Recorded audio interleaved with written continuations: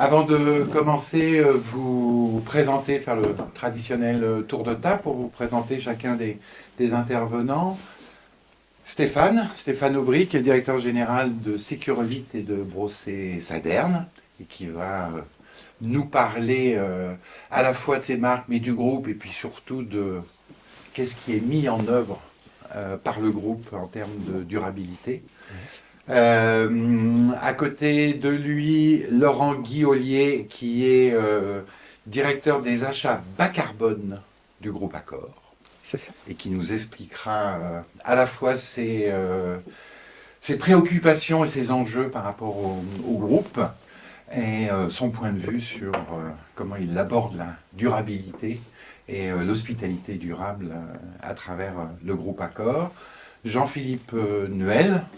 Est-ce que je présente encore Jean-Philippe? Oui, je le présente, architecte, fondateur du studio Jean-Philippe Nuel, et qui nous parlera à la fois lui de son travail et comment il aborde justement cette thématique de l'hospitalité durable dans l'ensemble des chantiers sur lesquels il travaille et qu'il mène. À côté de lui, Anne Michelet-Baralesque, qui est design manager, pardon, voilà, du groupe Grape Hospitality depuis 2000. Ça fait 9 ans. 9 ans, voilà. Donc en charge de toute la mission de mise en œuvre design dans l'ensemble de vos hôtels et restaurants nombreux, sous différentes enseignes. Avec aussi des architectes qui nous accompagnent. Et des architectes qui vous accompagnent, bien évidemment. Et puis Marie Carcassonne, qui est la fondatrice de l'agence Dynamo, donc une agence d'AMO, d'assistance à maître d'ouvrage, en effet Féni, et qui nous parlera justement de ces sujets qui la préoccupent depuis le début dans la création de son agence, parce que une des premières agences à être entreprise à mission, et de ces combats qu'elle mène pour... Et de moins en moins seul. Et de moins en moins seul, on est de plus en plus nombreux, et bien évidemment, on espère encore être plus nombreux et de pouvoir faire ça tous ensemble. Avant de commencer, je vais passer la parole à Stéphane, qui va un peu nous rappeler, voilà, qu'est-ce que le groupe Rivalen, et peut-être plus précisément son rôle dans ce secteur de l'hospitality. Merci Laurent. Ouais. À toi Stéphane. Très bien.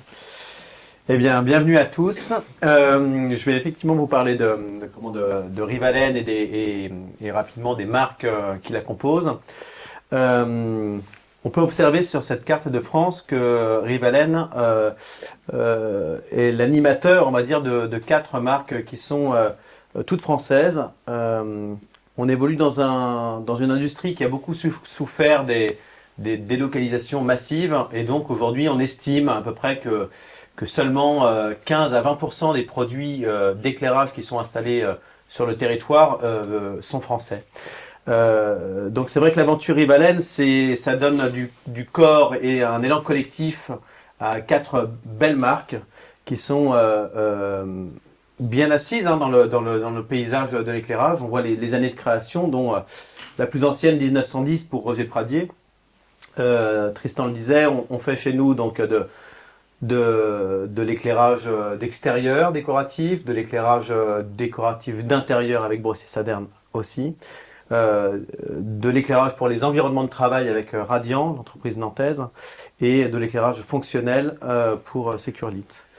Rivalen est entreprise à mission, donc c'est une démarche volontaire d'asseoir dans notre action quotidienne des performances autres que simplement financières, et de là découle un plan d'action RSE qui se décline dans l'ensemble des marques du groupe. Je vais vous le détailler un petit peu plus tard. Donc parfois quelques images valent mieux que beaucoup de mots. On voit ici des exemples de luminaires de toutes nos marques. Donc une belle lanterne très contemporaine à gauche pour Roger Pradier. des luminaires sur mesure pour le perchoir, comme sur la deuxième vignette réalisée par Boissy Saderne, de l'éclairage technique pour un usage endurant par Securlit sur cette troisième vignette, et puis de l'éclairage d'espace de co-living et de travail pour Radiant.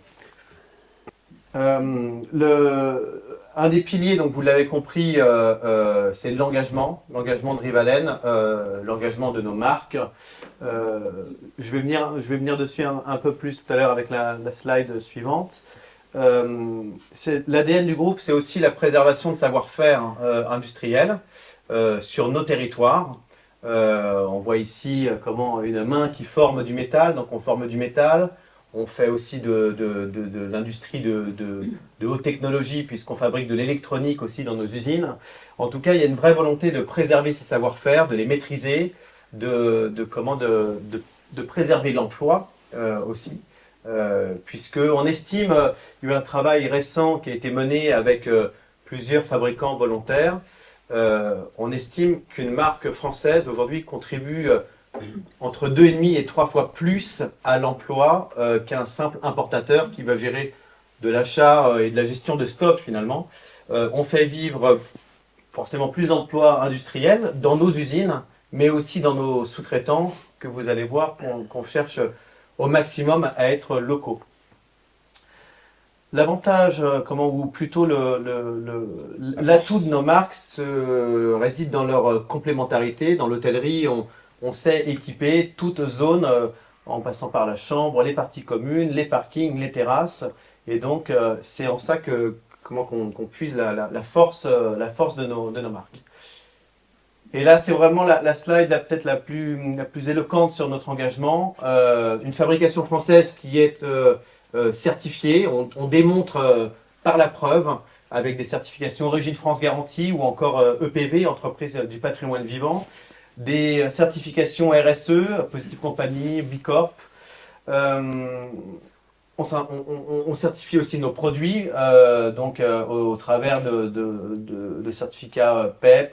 On insiste beaucoup dans les cahiers des charges sur la nécessité de réparabilité de nos produits. On en parlait tout à l'heure en amont de cette présentation. Nous sommes signataires d'une charte aussi de fournisseurs et achats responsables, comme beaucoup de grandes entreprises et de grands groupes. Donc notre ensemble de PME s'engage aussi fermement qu'eux dans une volonté d'achats locaux. De plus en plus, on propose aussi de ne pas juste vendre un luminaire, mais proposer le service de l'éclairage, puisque c'est ce que l'on attend d'un luminaire, c'est sa performance de décoration, d'éclairage du lieu de vie. Puis quelque chose dont on est très fier aussi, c'est notre engagement social. Dans certaines de nos usines, on a des travailleurs handicapés qui viennent chaque jour. C'est aussi le rôle d'un industriel. Donc là, en l'occurrence, c'est un ESAT qui vient. Et donc, c'est une formidable mise en valeur de l'insertion du handicap dans le monde du travail. Des partenariats avec des associations comme Habitat Humanisme. Et puis, bien sûr, la qualité, puisque fabricant français, je viens de vous dire qu'on avait un rude combat contre le matériel d'importation. On se doit d'être les plus qualitatifs possibles, tant sur le produit que de la manière de les concevoir. Et donc là, on s'intéresse, on a regardé un petit peu comment on fabriquait des produits, avec quel niveau de responsabilité on fabrique des produits. Et là, on s'intéresse au produit lui-même, puisque c'est aussi ça de faire de l'éclairage responsable. On a ici finalement toutes les phases de vie d'un produit, et on voit que dès sa genèse, dès son design, on se soucie des matériaux que l'on utilise. De plus en plus, on se dirige vers des matériaux issus du réemploi, des matériaux biosourcés, d'un sourcing le plus local possible. On fait de l'éco-conception, donc on parlait de réparabilité, d'allongement de durée de vie des matériaux, la possibilité de faire des rétrofits, puisque la meilleure économie de matière, c'est celle qu'on n'utilise pas. Donc rééquiper des luminaires existants. Et puis vous voyez, bon, je ne vais pas redétailler tout ce qu'il y a sur les vignettes, mais il y a un souci permanent dans nos usines de diminuer l'impact de nos productions et de leur assurer même pour leur fin de vie soit une seconde vie ou soit un réemploi. Et je vais clôturer là-dessus parce que comme je suis assez passionné, je pourrais vous en parler beaucoup plus longtemps. Je vais laisser la parole. Merci beaucoup, Stéphane, pour cette présentation du groupe Rivalen. Aujourd'hui, on a la chance d'avoir l'ensemble de la filière et de la création de valeur, en partant de l'architecte qui conçoit un projet jusque à l'entreprise finale, groupe hôtelier représenté par Laurent et par Anne. Et aussi le rôle très important que des entreprises comme Dynamo représentent pour accompagner l'ensemble des projets. Donc je vous propose qu'on écoute et qu'on échange à travers le départ qu'est la création. Et Jean-Philippe, voilà, comment toi tu abordes ce sujet de la durabilité des enjeux que cela implique aujourd'hui et de manière de plus en plus présente, je pense, de plus en plus aussi contrainte, avec un certain nombre de labels qu'on vous demande de... Voilà, et on faudra t'entendre sur ce sujet. Mais comment toi, aujourd'hui, tu intègres tous ces éléments, toutes ces attentes que demande aussi bien l'investisseur que le groupe hôtelier ou les marques ou les acteurs de cette filière. C'est un vaste débat. C'est un vaste débat parce que je pense qu'il faut être très investi dans cet objectif pour le mener à bien, parce que finalement, il n'y a pas de miracle, c'est une foule de détails, de procédés techniques, de choix de matériaux, de choix d'entreprise, qui fait qu'au bout du compte, on arrive à quelque chose qui est cohérent en matière de développement durable. Moi qui suis architecte de formation, des fois je suis un peu frustré en architecture d'intérieur parce qu'on est moins proactif.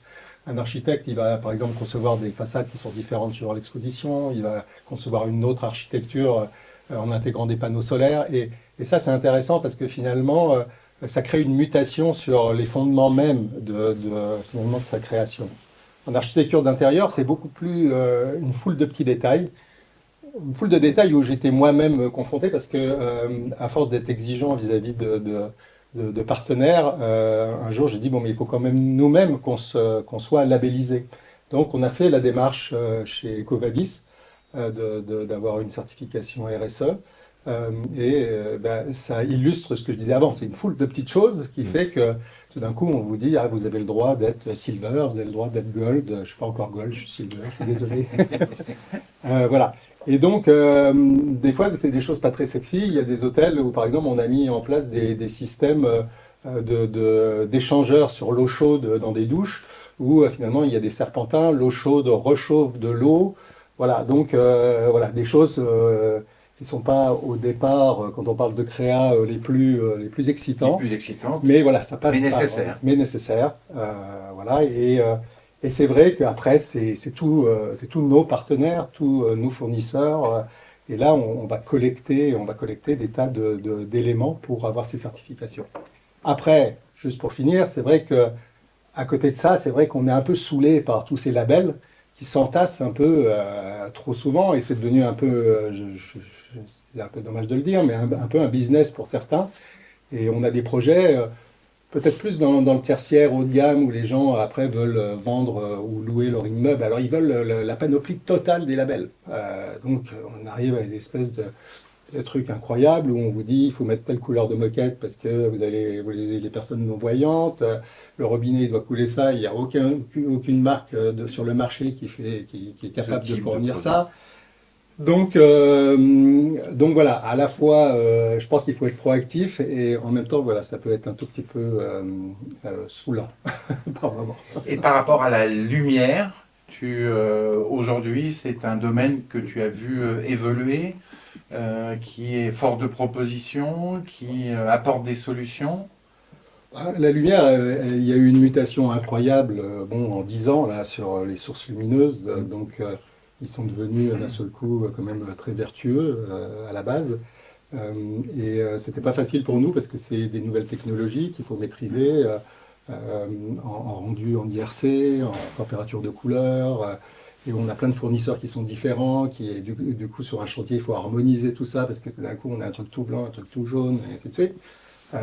Voilà, mais donc c'est un secteur qui est passionnant parce que dans mon métier, je travaille souvent avec des éclairagistes parce que je trouve que voilà, Une expertise. c'est une expertise complémentaire de la nôtre. Et ça devient justement très technique. Sur un chantier aussi, il faut surveiller vraiment de près, surtout sur l'appareillage technique, c'est-à-dire vous faites une prescription et un spot ressemble à un spot, quoi. Mais est-ce qu'il a mis la bonne ampoule avec le bon faisceau? Est-ce qu'il a mis la bonne température de couleur et tout ça? Donc, c'est pas le plus simple, je vais dire. Oui, j'ai l'impression la que partie éclairage. la partie éclairage est quelque chose de complexe, que fait intervenir beaucoup d'intervenants. Beaucoup d'intervenants, et puis je trouve qu'en France, contrairement à d'autres pays, il n'y a pas une grande culture de la qualité de l'éclairage. Comme vous avez dans les pays du Nord, vous avez des ambiances vraiment qui sont extraordinaires grâce à l'éclairage. Et en France, c'est une bataille pour obtenir ça. On a tendance souvent à trop éclairer. Bon, c'est un peu trop de luminaire peut-être. Moi, je trouve. Voilà, mais non, c'est une pierre de l'édifice, une pierre, mais qui pour notre boulot est extrêmement importante. Merci Jean-Philippe. Marie, toi qui es une sorte de trait d'union, tu es entre les acteurs et tu essayes de les accompagner au mieux sur un projet, mais avec un véritable investissement à la fois de ton entreprise et personnel sur la durabilité et des combats que tu mènes pour la faire progresser et même jusqu'aux investisseurs, leur démontrer que on essaye. Non, mais c'est là-dessus que j'aimerais bien t'entendre sur toi, ta mission et comment tu l'abordes. Nous, on est entreprise à mission depuis 21, on est Bicorp depuis 23. Donc ceux qui savent, c'est quand même un gros investissement, c'est très difficile. En plus, justement, pour éviter le greenwashing, maintenant Bicorp a changé son référentiel. Donc là, on a embauché quelqu'un à mi-temps pour s'occuper de ça. Il est bien costaud. Et nous, on a une difficulté, comme tu dis, c'est qu'on n'est pas designer, on n'est pas investisseur, on n'est pas fabricant. Donc finalement, on est entre tous ces gens-là, on essaye d'apporter notre pierre à l'édifice. Jusqu'à présent, avec un succès très très très limité, je dois dire. Dans toutes nos propositions, on intègre systématiquement... Alors quand il y a eu la CSRD, on s'est dit, ah tiens, génial, peut-être que ça va inciter les investisseurs à faire un petit peu plus d'efforts. Bon, elle est mort-née, donc non. Mais elle était quand même systématiquement dans nos propositions. Dans nos propositions, on propose aussi systématiquement de faire une ACV ou d'essayer d'établir un éco-score pour certains articles. On ne peut pas le faire pour tous, mais en tout cas pour ceux qui sont les plus répétitifs, les têtes de lit, les tables de chevet, les tables et les chaises de restaurant. Bon, on peut dire que ça a été un échec jusqu'à présent, mais c'est pas grave, on continue à le présenter systématiquement. Je pense que c'est par manque je sais pas, d'information, de temps, je dirais. Je pense qu'il y a beaucoup d'investisseurs qui pensent encore que ça coûte plus cher. Moi, de ce que je vois, ça coûte pas plus cher. Une fausse idée. Ça prend Pas plus de souvent, temps. ça prend En plus de revanche, temps. ça prend un peu plus de temps, parce que de faire une ACV versus ne pas en faire, ça prend 2 mois de plus, voire 3 mois de plus. Parce que justement, une fois qu'on a un score, il faut pouvoir l'améliorer, donc discuter avec le designer. Justement, pour pas que ça coûte plus cher, il faut trouver des alternatives. Donc ça prend un petit peu plus de temps, mais de ce qu'on a vu, ça coûte pas nécessairement plus cher. Et donc là, voilà, on s'est vraiment engagé là-dedans, à tel point qu'on s'appelle Dynamo, maintenant on a mis Sustainable Procurement, parce qu'on veut vraiment marteler ce message. Et donc c'est vrai que c'est pas facile au quotidien, mais j'étais très contente il y a 2 semaines d'aller chez Vitra, parce que justement, je dis ça parce que Karine est là, mais c'est vrai, je l'ai redit au sein de l'équipe, parce que donc là on avait un peu l'impression d'être seul, c'est-à-dire que les designers font des efforts de l'autre côté. Chacun a envie de faire quelque chose, mais on n'a pas encore trouvé le moyen de le faire tous ensemble. Évidemment, seul on peut rien faire, on ne fournit pas grand-chose en tout cas. Et donc j'étais contente de voir qu'en effet chez Vitra, il y a tout un système qui a été mis en place pour la réutilisation, le réemploi. Et en fait, depuis qu'on a commencé à être Bicorp et entreprise à mission, bon ok, une fois qu'on a dit ça et proposé la CV, qu'est-ce qu'on fait? Parce que ça oblige quand même. Et en fait, moi, je me suis rendu compte que j'ai le sentiment qu'un des problèmes qu'on a, c'est que les investisseurs voient le FFNI presque, j'exagère, mais comme un mal nécessaire. C'est-à-dire qu'on investit dans la pierre parce qu'on sait que ça prend de la valeur sur 10 ans, 20 ans, 50 ans, c'est du patrimoine. Et le mobilier, au bout de Ça 7 coûte. ans, voilà, au bout de 7 ans, comptablement, il vaut 0. Et donc, dès lors qu'il vaut 0, on n'a pas tellement envie d'investir dedans. En plus, on ne sait pas quoi en faire au bout de 7 ans. Et puis, c'est vrai qu'il faut, même s'il est durable, il faut le changer parce que les modes changent, etc. Donc, je caricature encore, mais il y a un peu de ça quand même. On ne veut pas trop investir. On nous demande de faire un projet 5 étoiles, je pense, Jean-Philippe, tu es d'accord, avec un budget de 3,5, 4, dans un délai un peu record, en nous expliquant qu'en fait, oui, mais on n'est peut-être pas obligé d'acheter tout. Enfin, c'est quand même, là, on en a 3 en ce moment où tu te dis, ok, on peut négocier. À un moment, il y a une limite à la négo. Nous, on n'achète pas en dehors d'Europe parce qu'il y a des savoir-faire extraordinaires en Europe. On ne va pas au-delà. Bon, voilà, ça ne nous intéresse pas. Et donc, l'exercice est un peu difficile et surtout pas super intéressant, justement, intellectuellement. Et donc, c'est pour ça qu'on est en train d'essayer, tous ensemble, d'essayer de déterminer la valeur d'un meuble après sa vie première dans un hôtel. Parce que c'est pas vrai qu'un meuble vaut 0. C'est-à-dire, soit il a une valeur, et justement, on veut essayer de déterminer laquelle. Soit il a une valeur résiduelle, parce que justement, il a été bien conçu en amont. Et donc, il a encore une vie opérationnelle, une chaise. Ouais, une chaise, elle continue à être chaise parce que justement le dossier s'est pas cassé la gueule, parce qu'elle n'est pas bancale, parce que le canage tient encore la route, ou alors on peut le réparer. Soit elle a une valeur carrément émotionnelle, parce qu'il y a beaucoup de lieux quand même qui proposent, qui sont des lieux de destination, où soudain, je sais pas, moi si on vend un canapé du Mama Shelter, même s'il est tout défoncé, je pense que les gens l'aimeront parce qu'ils ont vécu des moments extraordinaires là-bas. Pourquoi pas, on a la chance d'avoir des designers extraordinaires. Peut-être qu'un meuble peut avoir une valeur patrimoniale. Ce Stark, quand il a fait sa chaise Coste, je ne sais pas si quelqu'un avait imaginé qu'elle vaudrait ce qu'elle vaut aujourd'hui. Bon, voilà. Et donc, cette valeur-là, nous, on est persuadés qu'elle a une valeur, mais encore une fois, on ne sait pas la définir tout seul, il faut être à plusieurs. Et dès lors qu'on se dit qu'elle a une valeur, finalement, ça re-questionne toute la chaîne de valeur. Donc, ça re-questionne comment on la fabrique, pour être sûr qu'elle ait cette valeur à la fin. Si on achète, si on fait le parallèle au hasard avec Temu et Chine, qui vont pas tarder à arriver sur le marché du meuble, quand même, voilà, est-ce qu'on a envie d'un meuble qui au bout de 2 semaines se casse la gueule? Encore une fois, c'est un peu caricatural, mais c'est pour expliquer le propos. Donc si on se dit qu'on sait que ce meuble peut avoir une valeur à la fin, forcément on se pose la question de comment on le conçoit au départ, et également pour qu'il soit réparé. Tu disais, ça peut être réparable. Sur les luminaires, nous on a acheté des luminaires là, alors c'est pour une villa, c'est pas pour un hôtel. Systématiquement, on pose la question basique de peut-on remplacer le LED? Et là, j'étais surprise de voir que sur 7 sur 10, la réponse était non. Et donc, tu dis, ok, ça a 10 ans de vie, un LED, mais au bout de 10 ans, qu'est-ce qu'on fait? On jette le luminaire qui accessoirement a coûté un bras, parce que c'était un bras. C'est quoi le truc? Ou alors, il faut le renvoyer chez le fabricant pour que lui-même change le truc, et dans 10 ans, il nous dira, ouais, en fait, on a changé, on sait plus trop comment faire, etc. Il faut repayer le prix du luminaire. Et donc, c'est un peu embêtant. Voilà. Là, on vient de faire le grand projet, avec vous d'ailleurs, et le fabricant formidable, 200 chambres, voilà, il sait faire 200 chambres, c'est génial, super quali.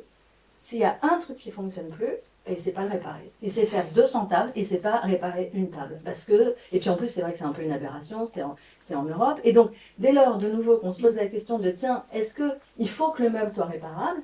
La question, c'est qui va le réparer? Et donc, si ce n'est pas le fournisseur initial, parce que, pour différentes raisons, il n'est pas équipé pour, parce qu'il n'est pas dans le même pays, donc en effet, c'est une aberration d'envoyer une table ailleurs, ça veut dire qu'il faut peut-être développer un réseau d'artisans locaux qui, eux, auraient la capacité de réparer ces meubles-là.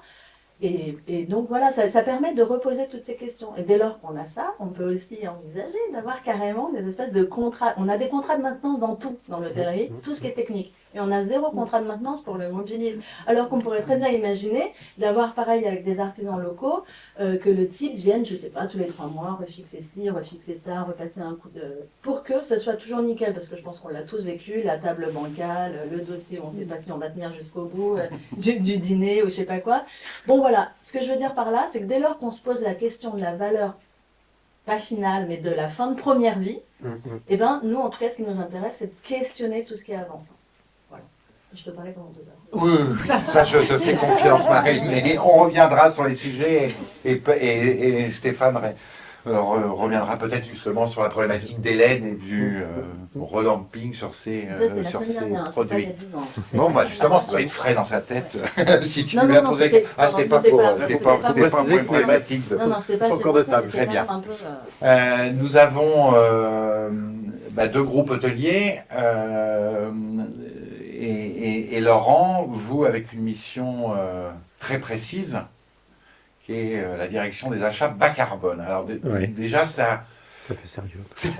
c'est quoi une direction des achats bas carbone? Ouais, alors d'abord, tout ce qui est enjeu de durabilité chez Accor aux achats, c'est quelque chose qui a beaucoup augmenté ces dernières années.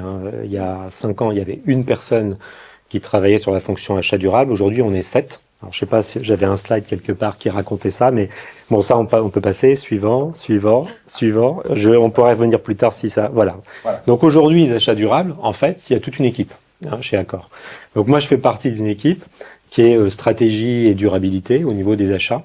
Et aujourd'hui, alors il n'y a pas tout le monde de représenter, on a mis que les têtes de pont, mais on est 7. Donc on est passé de 1 à 7 vraiment en quelques années. Donc ça, quelque part, ça veut vraiment dire que ces choses-là se sont renforcées. Alors qu'est-ce que ça veut dire que le bas carbone, pour répondre à votre question? C'est 3 choses en fait. Quand on regarde l'empreinte carbone, ça part du calcul de l'empreinte carbone du groupe Accor. Et l'empreinte carbone du groupe Accor, c'est en fait 2 choses. C'est d'une part une consommation d'énergie. Donc moi je travaille aussi sur ces aspects-là. Les luminaires ont un rôle à jouer là-dedans, mais c'est comment on peut verdir la consommation d'énergie et consommer moins d'énergie. Ça c'est le premier sujet. Et le deuxième sujet, qui m'occupe à 80% du temps, c'est comment on peut décarboner notre chaîne d'approvisionnement. Et là, ça veut dire rentrer en contact avec tous nos principaux fournisseurs et voir comment on peut les emmener, déjà mesurer où ils en sont, et les emmener sur une trajectoire de réduction de leur empreinte carbone. Et aujourd'hui, vous sentez qu'il y a une évolution forte et que vos fournisseurs s'impliquent de plus en plus, ou c'est vous qui les contraignez de manière Ça dépend. forte? Ça dépend. Ça dépend. Alors, je vais commencer par ce qui se passe mal, et puis ensuite, je vais venir... Non, ce qui se passe mal, c'est, entre guillemets, nous, on collabore aussi avec d'autres marques hôtelières, Oui. et également avec des fournisseurs qui sont internationaux. Je suis parvenu sur les quelques chiffres des achats que j'avais compilés ici, mais en gros, la direction d'achat Accor, c'est 300 personnes. 200 acheteurs à peu près pour les 300 personnes. Je crois que c'est 3 milliards d'euros de spend qu'on va avoir dans 30 bureaux d'achat répartis dans le monde. Donc on achète partout. Ce qu'on voit, c'est qu'il y a des fournisseurs, notamment les Américains, on voit l'arrivée de Trump au pouvoir, et qui nous disent maintenant, moi, l'environnement, c'est plus ma priorité. Et on collabore aussi, alors on parlait d'Ecovadis tout à l'heure, on collabore dans le cadre d'une alliance qui est managée par Ecovadis, qui s'appelle le HARP, Hospitality Alliance for Responsible Procurement. On discute avec ISG, Marriott, etc. sur ces sujets-là. Et on se rend compte, en discutant avec certains de nos collègues, que pour les chaînes américaines, aujourd'hui, la durabilité, c'est plus une priorité. Ils disent jusqu'à l'année dernière, le climat, c'est important. Maintenant, c'est plus ma priorité numéro 1. Donc, il y a des choses comme ça qui reviennent. Alors, ensuite, quand on discute avec les fournisseurs, nous, on a embarqué l'année dernière un peu plus de 1000 fournisseurs sur une trajectoire de décarbonation. On se rend compte qu'il y a finalement assez peu de fournisseurs qui soient forcément réticents à décarboner son activité. On a plutôt des gens qui sont ouverts, avec différents niveaux de maturité. Et nous, ce qu'on essayait de faire, c'est de mesurer à un temps donné quelle est la maturité des fournisseurs. Et puis, dans un deuxième temps, de les pousser, s'ils sont pas très avancés, de les pousser à aller de l'avant. Donc, mon métier, c'est surtout ça, c'est comment embarquer les fournisseurs et les acheteurs pour avancer dans une trajectoire de décarbonation. Et quand vous dites les pousser, c'est de les accompagner dans leur démarche et de leur donner Alors, les bons il y a la bonnes carotte et le connexions. bâton. Les pousser, c'est... alors, il y a des gens qui se poussent tout seuls, qui sont meilleurs que nous, donc il n'y a pas de sujet. Il y a des gens qui sont peu avancés, mais qui ont bien compris l'intérêt d'avancer. Donc là, on va essayer de leur dire, de leur faire un diagnostic, de dire, voilà, vous en êtes là aujourd'hui, vous pourriez aller plus loin en vous lançant, par exemple, dans l'éco-design, ce que vous n'avez pas encore réellement fait. Donc, allez-y, faites une première ACV sur un produit, transformez ça en calculatrice carbone pour étendre ça à tout un panel de produits, et ensuite, allez vers de l'éco-conception et proposez-nous des produits moins carbonés. Et nous, notre promesse, c'est de se dire, si vous nous proposez des produits moins carbonés, nous, on va les promouvoir auprès des établissements hôteliers. Donc, on en est aujourd'hui dans ce discours-là avec les fournisseurs. Donc, on rencontre 95% de fournisseurs qui sont prêts à avancer. Il y a la majorité, moi, j'en ai rencontré 150 à moi tout seul. dans toutes les industries. Et la plupart des fournisseurs sont plutôt prêts à aller de l'avant. C'est très rare qu'il y ait des gens réticents. Donc quand je disais la carotte et le bâton, donc on va essayer de les aider.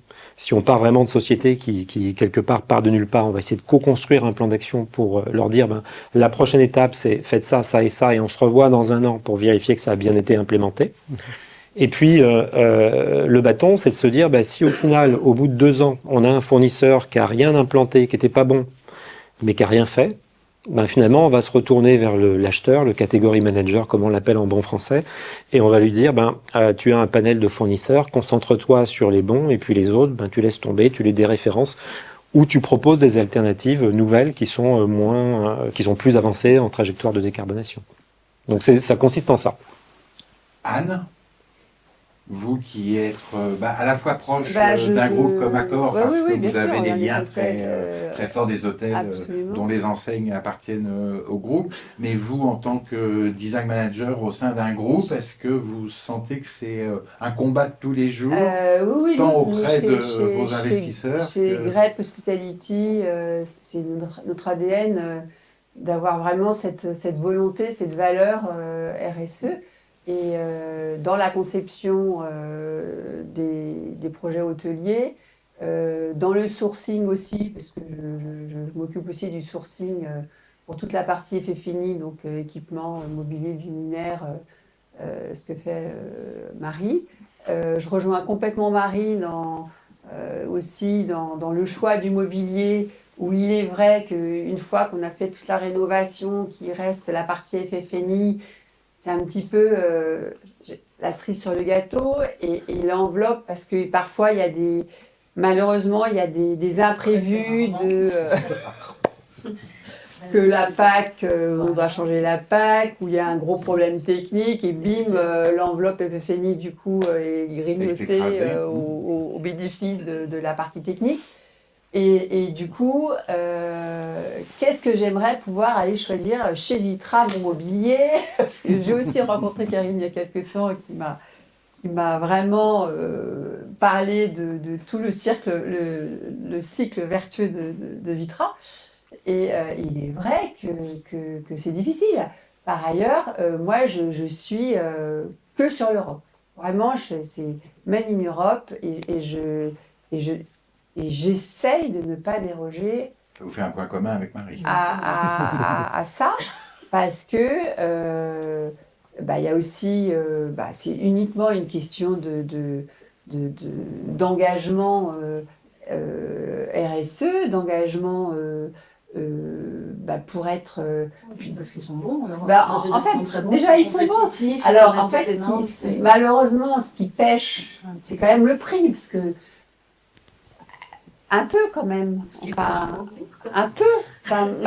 Mais moi maintenant, je me dis, c'est pas grave, on va peut-être pas mettre le fauteuil je dis au pif à 1 000 €, on va peut-être mettre un à 600, et puis du coup, il aura tout autant de gueule, il fera tout autant l'effet waouh. Et on pourra mettre plus de mobilier, du coup, qui soit UE et qui soit dans notre ADN, dans le respect, et on pourra s'en vanter. Et pour la lumière? Et pour la lumière, alors moi je travaille pas mal avec Grossier-Saderne. Je travaille beaucoup avec Grossier-Saderne, avec également... merci Roger Pradier. Voilà. Donc je travaille avec d'autres fabricants français et j'essaye vraiment de privilégier le plus possible les Français. Et qu'est-ce que vous leur demandez à ces fabricants qui vous apportent les solutions entre moi, j'ai la qualité, la durabilité, le prix? Alors la qualité, bien évidemment, la durabilité, parce que quand on est sur la conception d'un nouveau projet hôtelier, on va étudier la concurrence aussi pour être meilleur qu'eux. Voilà, nous récemment on a fait un hôtel Grand Plaza à Madrid et il y a eu une étude de marché, voir ce qu'il y avait autour, et aujourd'hui l'hôtel a été réalisé par une agence d'archi et c'est très réussi. Les fournisseurs sont essentiellement français. D'ailleurs, il y a un représentant qui est là, c'est Emmanuel Siraud de PHS, qui est distributeur de mobilier. Et je dirais un petit mot aussi sur le Son rôle. cycle vertueux aussi qu'ils ont, parce qu'il a une caverne d'Alibaba en région parisienne où il y a plein de mobilier où on peut aller se servir. Donc tous les architectes qui sont là, je vous encourage d'aller voir Emmanuel après, parce que moi je vais faire mon marché là. Par exemple, il y a quoi maintenant, peut-être 4 ans, j'ai fait un hôtel Grit de la marque Accor, donc qui est une marque éco-responsable. C'est la slide suivante. Et donc c'est vraiment un engagement local, collectif, éco-responsable. C'est une magnifique aventure humaine parce que j'ai travaillé avec des associations qui font travailler des personnes en insertion. C'est un peu plus long, mais c'est tellement de joie, c'est du stress en plus, mais on y arrive et le résultat final est très satisfaisant. Et donc, je suis allée, parce que le but c'est de travailler avec, je réemploie, j'ai recyclé le mobilier que j'avais là-bas, je vais donner une deuxième vie en faisant travailler des assos. Par exemple, pour tapisser des gros fauteuils que j'avais, qui étaient en très bon état, mais voilà, c'était has-been. Donc, je suis allée prendre ce qu'ils appellent le gisement dans cet atelier, c'est-à-dire leur tissu, leur cuir, tout ce qu'ils ont. Et j'ai fait mes choix et ils ont retapissé les 5 fauteuils comme je voulais. Et pareil pour les tabourets qui étaient dans les chambres. À la base, c'est un bis-budget, donc c'est pas très sexy ni glamour. J'ai dit, bon, bah, il faut que ce que je vais en faire de ces tabourets thermomoulés, couleur vert. Et ben, je suis allée chez Emmaüs des filles, là, à Paris, à Aubervilliers. Et je suis arrivée avec mes piles de tabourets. Je suis allée dans les gisements. J'ai eu des tissus Chanel, des tissus frais, mais je pensais trouver ça. Des cuirs, enfin des trucs de dingue. J'ai l'impression que c'est assez facile et accessible sur la partie mobilier, Oui. mais en termes de luminaire, j'ai l'impression que c'est... Et pourquoi c'est Alors, c'est difficile parce que difficile déjà, je viens quelles sont les demandes que vous demanderiez à des marques comme le groupe Rivalène? J'ai eu une réponse par Stéphane tout à l'heure en discutant avant que la présentation commence. J'ai appris qu'il réparait alors les luminaires. Donc, j'ai dit, bah oui, les vôtres. Pas forcément. Et alors ça, pour moi, c'est un grand pas. Parce que, après, avec un petit inventaire et un descriptif, si on peut travailler ensemble pour donner une deuxième vie à ce luminaire, franchement, ce serait une grande réussite parce que il est vrai qu'un luminaire, ça peut être très vite démodé, ça ne va pas répondre à la demande parce qu'aujourd'hui, l'éclairage, c'est essentiel dans une décoration d'hôtel, ça rythme les espaces, ça donne une ambiance, ça crée des volumes, c'est essentiel. Donc on ne peut absolument pas se passer de luminaire. Je dirais que c'est aussi important que le bar qui va être, on va dire, le cœur de la partie services généraux des hôtels. Donc, et si par exemple on peut, ça j'en sais rien d'ailleurs, un luminaire qui a un éclairage classique, est-ce qu'on peut transformer en mettant un LED? Est-ce qu'on peut garder ce que vous disiez tout à l'heure, le moteur, et puis aller habiller mon éclairage avec un abat-jour, une lanterne, quelque chose une volute, enfin bon, tout ce qu'on peut trouver comme créativité. Ça, pour moi, c'est un grand pas et je l'ignorais totalement. Ça donne envie de rebondir sur beaucoup de sujets. Qu'est-ce que le groupe... Non, mais vas-y. Non, bien évidemment. Qu'est-ce que le groupe aujourd'hui a mis en place pour on a beaucoup d'exemples. On a des exemples de reprises de luminaires qui avaient une quinzaine d'années pour changer, comme on disait tout à l'heure, le moteur lumineux pour redonner une simple seconde vie. On a des reprises possibles aussi sur des luminaires où on va leur redonner une nouvelle jeunesse en retravaillant un habillage, une façade, redonner une nouvelle allure à ce luminaire. On est capable aussi de proposer des éco-matériaux. On a fait il y a peu de temps un grand complexe hôtelier où on a imprimé en 3D à base de matériaux biosourcés. On a été capable, je rebondis sur ce que tu disais Laurent tout à l'heure, pour vous, on a des luminaires concept on est venu vers vous, puisqu'on avait bien saisi le message. On est venu vers vous en vous proposant des évolutions sur ce produit. Donc, on a augmenté les efficacités, donc plus de lumière pour moins d'électricité consommée. On a changé des embouts qui étaient métalliques pour des matériaux moins impactants. Donc, on a vraiment beaucoup de solutions. Je dirais pas que tout est possible, mais en tout cas, tout s'étudie. Et je pense que c'est notre devoir industriel aujourd'hui, parce qu'on sent bien que tous les acteurs de la chaîne ont ce souci grandissant. On voit aussi éclore des marchés maintenant où on impose un taux d'équipements matériaux ou matériels qui soit issus du réemploi ou soit recyclés. Voilà, des exemples, j'en ai vraiment énormément. On a parlé de réparabilité, c'est super intéressant parce que effectivement aujourd'hui, si on consulte des fournisseurs, déjà il n'y en a pas beaucoup qui vont pouvoir proposer une vraie réparabilité. C'est en ça aussi que l'ancrage local il est important parce que forcément quand un matériel prend le bateau pour parcourir le globe, ça va être dur de le renvoyer. Voilà. Nous, on a des usines de proximité. On a des gens qui ont un vrai savoir-faire. On est capable d'intervenir localement. On est capable de reprendre des choses plus simplement que si ça doit reparcourir le globe. Et puis je crois que vous passez des partenariats Tout à avec fait. d'autres entreprises comme Ryu, où vous essayez d'imaginer comment vous pourriez collaborer ensemble. Exactement. Donc la réparabilité, c'est vraiment au cœur de nos préoccupations. D'ailleurs, on est initiateur d'un mouvement. On lance un guide du luminaire durable sur lequel on essaie de ramener le bon sens de tous ces enjeux et de faire s'engager d'autres fabricants à nos côtés parce qu'aujourd'hui tout le monde est responsable. Si on demande est-ce que tout le monde est responsable, oui bien sûr, mais dans les faits, qu'est-ce qu'on propose? Donc on essaye de tisser une trame de critères à respecter pour appeler un luminaire durable, un vrai luminaire durable. Oui. Je serais heureux de le Et toi, partager avec Marie, vous. dans ton combat, entre guillemets, tous les jours, parce que j'ai l'impression que c'est un véritable combat, est-ce que tu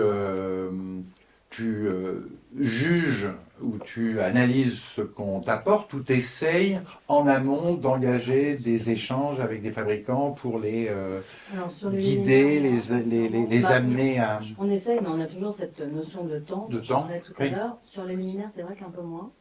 Donc peut-être parce qu'on a eu le sentiment. On va corriger ça à partir On va d'aujourd'hui. corriger ça à partir d'aujourd'hui. Sur le reste, on aimerait absolument. On demande des mémoires techniques qui sont pas toujours très fournies. Enfin, pareil, un exemple Ouais. la semaine dernière où on a reçu 4 devis de fournisseurs avec beaucoup de mobilier sur mesure et on demande ce qui est en solide, en massif, En ou massif, en plaquage. plaquage. Et c'est mix. Ok, merci la réponse. C'est mix. Bonne Merci la réponse. Bonne chance pour comprendre, donc pour analyser. Donc, ok, donc on va passer au deuxième stade. Mais voilà, ça c'est le type de réponse qu'on reçoit, c'est it's a mix. Ok, merci beaucoup. Mais moi j'aimerais bien juste poser une question à Laurent et Anne parce que en plus c'est un peu flippant quand même ce que vous dites là sur l'histoire que finalement la durabilité on s'en fout. Enfin, jusqu'à la prochaine fois bien sûr. Jusqu'à la prochaine C'est pas fois. tout à fait ça que je dis. Aux États-Unis, aux États-Unis. Les États-Unis, ça déperle un peu quand même. Non, faut arrêter. Faut arrêter, je suis bien d'accord. Non, mais j'aimerais bien savoir si, en effet, nous, ce qu'on essaye de défendre, c'est-à-dire d'essayer de déterminer une valeur d'après, est-ce que ça a du sens ou pas? Parce que finalement, la durabilité, on pourrait s'en fiche, parce qu'on se dit, justement, ça vaut rien, on s'en fout. Mais donc, qu'est-ce qui fait qu'on pourrait faire en sorte qu'on ne s'en foute pas, en fait, et que ça devienne véritablement un critère, au-delà du confort pendant l'usage des 7-8 ans, peu importe. Mais C'est une économie. Mais comment on peut là C'est voilà. aussi une économie. Mais est-ce qu'on la met Donc, véritablement en avant? Voilà, mais ça, justement, parce que Bah, ça, c'est un des arguments quand même, c'est-à-dire le que nerf quand de la on fait... Ouais, quand on réemploie, on arrive à économiser 30% quand même. Quand tu Oui, disais, on oui. tapisse ou quoi, Oui, plutôt que de racheter un meuble, et c'est aujourd'hui, vraiment 30% d'économie. dans les projets, quand c'est moi qui suis en charge du projet, maintenant, c'est assez récent, j'indique, par exemple, le fauteuil était à 500 €, et ben non, j'ai retapissé celui-ci, mais ça m'a coûté 200. Et du coup, on comprend tout de suite parce que. Oui, donc c'est bien toujours l'argent. Et alors, c'est l'argent. essentiel. Non, mais il y a aussi la valeur, il y a aussi le côté vertueux. Alors, en fait, C'est ça c'est la chance, c'est que ça associe les deux. Ouais. Ça associe pour nos investisseurs une notion économique qui est évidemment essentielle. Cette économie, elle va me permettre d'investir ailleurs sur un autre produit.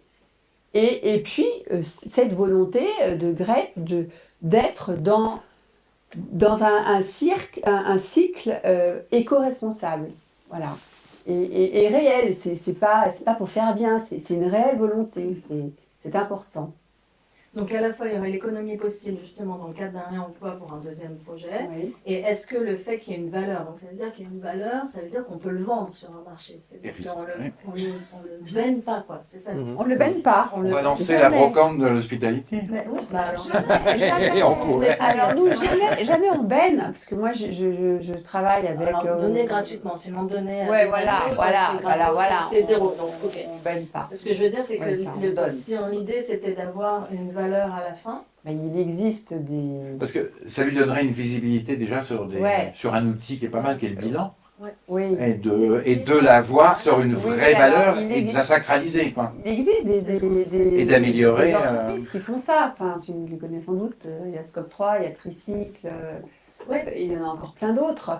Bon, c'est quand même beaucoup du tertiaire. oui, Hein. c'est Moi, je suis essentiellement allée du voir, tertiaire, donc pas de- moi, je fais on a peu pas mon de- marché là-dessus. Mhm.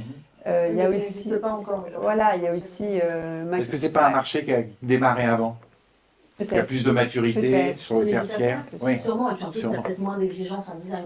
Mais l'argent Est-ce est que dans toujours l'hospitalité- au fond du souci. Hein. Oui, C'est-à-dire que l'argent reste. nous, ce qu'on voit, on n'achète rien finalement chez Accor. Hein. Donc nous, on propose des produits à des propriétaires qui sont... Nous, on est asset light, on possède plus d'hôtels.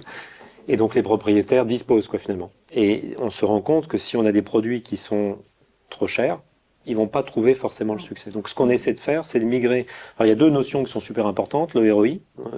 Si on arrive à prouver qu'il y a un retour sur investissement et que je paye un peu plus cher, mais au final, je vais quand même y trouver un retour, il peut y avoir un sens à ce qu'on fait. Il y a les notions de TCO, Le de fameux Total TCO. Cost of Je voulais Ownership. vous C'est-à-dire poser qu'on la va question. prendre la totalité du coût d'un produit, pas seulement... Moi j'avais cette discussion alors sur un métier un peu différent du vôtre, mais qui était les intégrateurs de climatisation, quoi. Et aujourd'hui, quand ils arrivent sur un projet, ils arrivent avec le projet le moins cher possible pour essayer de gagner le marché. Mais en réalité, moi, ce que je leur ai demandé de faire, c'est de travailler, de montrer, je veux pas qu'ils soient Le totalement coût hors marché, réel. qui montrent ça, mais qui montrent également une deuxième offre, entre guillemets, plus vertueuse, et qu'on compare le TCO sur les deux offres. C'est-à-dire, on regarde les CAPEX, hein, et souvent, la première chose que va voir un propriétaire ou la société qui l'a missionné, parce que c'est encore plus difficile quand on est en construction avec une entreprise générale qui va aller chercher, aller au moins cher, parce qu'elle, elle est responsable des CAPEX, c'est pas des OPEX, donc elle s'en fout des OPEX.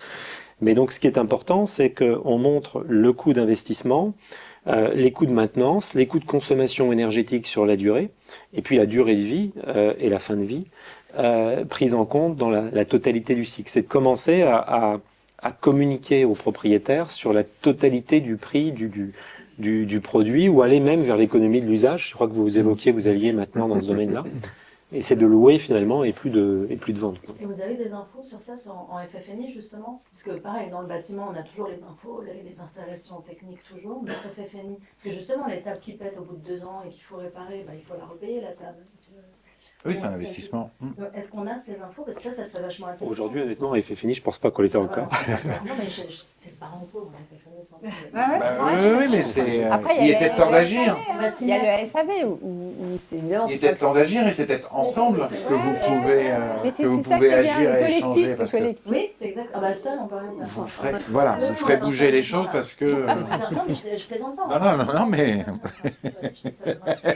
Non, mais c'est vrai pour bosser tous ensemble, parce que nous seuls, on peut pas avoir les réponses. Ça, c'est super intéressant quand même. Et je pense qu'on a tous envie d'avancer à notre niveau, mais quand on fait ça, je pense pas qu'on puisse faire grand-chose. Mais d'avoir ces infos, ne serait-ce que la data, en effet, sans data, c'est difficile de progresser, quoi. Mais déjà d'interroger les fournisseurs sur ces aspects aussi de vie du produit. Souvent, on va les interpeller que sur la partie CAPEX. Oui, mais même les fournisseurs, alors vous savez peut-être pas, mais pendant la vie de l'hôtel, en fait, je pense pas qu'ils rappellent souvent le fournisseur initial. Ils se retrouvent avec une table pétée et ils rappellent un autre. Bon, CAPEX, c'est clair pour tout le monde, la la notion de Bible est CAPEX fictive, Non, ou. mais ils n'achètent. Il faut appellent- préciser. Investissement, le prix d'achat, par exemple, d'un luminaire. Et mais en fait, le luminaire, pendant toute sa durée de vie, il va consommer de l'électricité. Et donc, quelqu'un qui utilise des LED ultra efficientes par rapport à des LED anciens, un peu anciennes, il peut y avoir une différence Ça me très TCO. significative en termes de consommation d'énergie. Et donc, il peut y avoir le coût d'un contrat de maintenance, parfois, qu'on va rajouter au-dessus. Et il peut y avoir ensuite, en fin de vie, qu'est-ce qu'on fait si on jette le produit, si j'ai un produit totalement jetable, il ne vaut plus rien. Je vous donne un exemple qui n'est pas tout à fait dans le luminaire, mais que j'ai en tête, moi, c'est par exemple les mini-bars dans les hôtels. Un mini-bar, en fait, qualitatif, réparable, on va dire, ça va coûter un peu moins de 200 € la chambre, quoi. Mais on peut trouver des mini-bars beaucoup moins chers, hein, moins de 100 €. On va acheter du produit chinois premier prix. Ce produit chinois, en fait, il n'est pas maintenu. C'est-à-dire que s'il tombe en panne, au-delà de la garantie de 2 ans, c'est fini, Alors, qu'on qu'est-ce peut le qu'on en jeter fait et remplacer. Parce que nous, on a eu le cas. Alors, qu'est-ce qu'on en fait? Oui, ils sont stockés dans un... Les produits chinois, je ne sais pas ce que vous en Non, faites. non, mais le minibar, je parle du minibar. Du minibar, bah oui, mais qui est un produit chinois. Ça pourrait être pas mal, hein, mais Un t'en mur mets de LED de minibar. couleur. Et puis une petite Des boîte de déclarations nuit. dedans. En plus, dans les T'en as fait un avec des tuiles, tu peux en faire un avec des minibars. Dans le Free Total, il y a aussi l'impossibilité de vendre, parce que là, je parlais des tables et des chaises, mais si soudain c'est une table de nuit ou je sais pas quoi dans une chambre qui fait que la chambre on peut pas la louer, là quand même le prix il augmente considérablement, le coût du mauvais matériel, quoi. Ou même une table qu'on peut pas vendre, ça fait deux couverts perdus, enfin, c'est un vrai Enfin, ça a été dit avant, c'est que tout revient au prix. Enfin, C'est ça. d'achat. Oui, oui. Oui, mais Hein, et je veux dire que quand même, c'est un peu dans l'ADN de l'hospitalité, parce que je ne voudrais pas faire de dénonciation, mais du Brûlé-Pélisson, quand ils ont créé Novotel, je me rappelle de cette phrase, pourquoi vous avez eu cette moquette vraiment pas chère, minable, qui sera morte au bout de 2 ans, et ils avaient dit, ah bah si l'hôtel tourne dans 2 ans, on pourra la changer. C'est pour dire que... C'est qu'on attend le retour. Voilà. C'est pour dire que cet ADN autour du prix d'achat, hein, la limité à l'achat, Et aujourd'hui, il est vraiment ancré dans mais- l'hospitalité. Ça évolue aujourd'hui quand même. Pas vraiment. Non, pas vraiment. Même quand Pas on vraiment. fait du haut de gamme, on en parlait. Non, ça n'a pas changé, je pense. C'est que Donc le prix est important. Ouais. On peut être durable, enfin il faut être durable, mais il faut que le prix Faut pas que ça coûte plus. reste. Ça peut, alors idéalement ça coûte pas plus cher.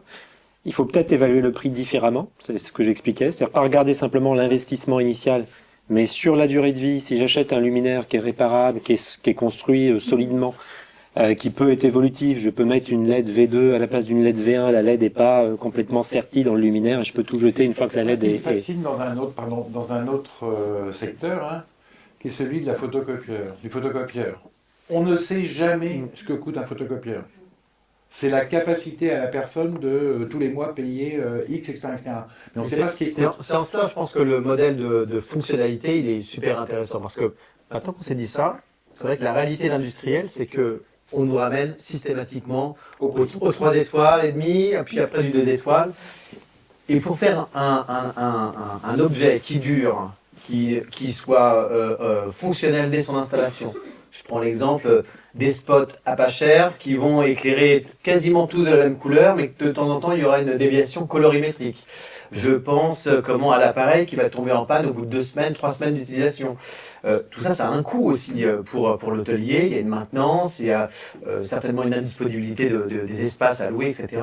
Et je pense que pour contourner ce problème du côté inaccessible d'un produit bien fait ou de la difficulté à accepter de payer plus cher un produit pour qu'il donne satisfaction dans la durée, c'est en cela que l'offre d'économie de fonctionnalité peut permettre de lisser quelque chose dans le temps en choisissant du matériel de bonne facture, intégrant un coût de maintenance et en fin de compte, parce qu'on parle aussi de valeur résiduelle. Hein. Mais si c'est plus le souci de l'hôtelier, c'est le souci de l'industriel finalement. Moi je pense qu'il y a vraiment quelque chose, il y a un modèle à faire évoluer, parce qu'un luminaire qui va être exploité pendant 7 ans dans une chambre d'hôtel, il a pour sûr, il a encore de la vie derrière lui. Et il peut avoir un côté circulaire et être réemployé dans d'autres secteurs. Et ce qui veut dire, Stéphane, c'est qu'on pourrait arriver à ne plus vendre et à louer ou à proposer des Moi, je suis offres convaincu que différentes. c'est une évolution de marché stratégique pour nous tous, puisque comment on perçoit bien la problématique du prix, de l'investissement, dire Et oui, c'est Et chouette, aujourd'hui, mais au final, c'est ce ce serait qui trop vous cher. intéresse, vous, Accor ou Grape Hospitality, d'avoir ce type de proposition ou... Nous, pourquoi pas, on le fait, on l'a fait sur un hôtel pour du mobilier outdoor, pour une question de stockage et Et du coup, on l'a loué, en effet, et c'est très bien, parce que ça, on est sûr d'avoir du mobilier en bon état, et on renouvelle Pour la période où vous l'utilisez. voilà, estivale. Pour du luminaire, moi je trouve l'idée géniale. Pourquoi pas? Pourquoi pas? Pourquoi pas? Et ça permet en même temps puisque le luminaire a non seulement une fonction évidemment d'éclairer, mais a un rôle de mise en ambiance, d'animer les espaces et de créer des ambiances, ça permettrait par le luminaire, au bout de, après à définir, quelques années, de changer radicalement l'ambiance grâce à un luminaire, un ensemble de luminaires. Je trouve que c'est une super idée. On sera ravis de vous le proposer sur bah, le prochain projet. Oui, vraiment. Monsieur le directeur des achats bas carbone, qu'est-ce que vous D'ailleurs, pensez moi, de je cette- crois à cette économie de l'usage. Maintenant, il faut faire attention à ce que ça soit pas une location qui induise l'inverse, quoi. C'est-à-dire que dans l'informatique, secteur Oui. que je connais bien, on avait tendance à louer les PC dans les hôtels, par exemple, hein, sur une durée de 4 ans, et c'était justement plutôt un facilitateur pour les changer régulièrement et dire au propriétaire, La vous avez un vient nouveau de faire PC, un ça vous coup, coûte pas plus. Mm. Donc la logique était plus dans la multiplication des remplacements de matériel que dans l'allongement de la durée de vie. Donc faut faire attention à ce qu'on soit bien dans cette logique d'allongement de la durée de vie et pas dans une logique, ça ne doit pas être une simple location, à mon sens, sur une durée relativement courte pour inciter au remplacement. Je suis bien d'accord avec ça et je pense que justement tous les acteurs de la filière, on doit travailler ensemble parce qu'on on doit se poser la question de l'usage, on doit se poser la question du design, de faire en sorte de créer des objets qui soient durables dans le temps, qui respectent les attentes de chacune des parties. On peut pas, nous, industriels, créer tout seul un luminaire demain qui respecte ces attentes. Par contre, je suis convaincu que l'ensemble des acteurs de la filière en présent, on peut travailler ensemble et créer les conditions de la circularité de l'offre. J'espère que ce moment vous a intéressé, que vous avez appris plein de choses et que surtout on vous a donné envie de faire ensemble. Envie de faire avec le groupe Rivalène, hein, parce que vous avez tous les bons arguments et les belles marques, et surtout une entreprise qui y met plus que de passion à tous les niveaux, et qui va encore, et surtout qui est à l'écoute de vos attentes, vous, prescripteurs, installateurs, de vos besoins, et de comment on pourrait progresser encore plus vite, de manière encore plus engagée. Et donc voilà, je voudrais vous remercier d'avoir participé. Merci Marie, merci Yann, merci Jean-Philippe, merci Stéphane, merci Laurent.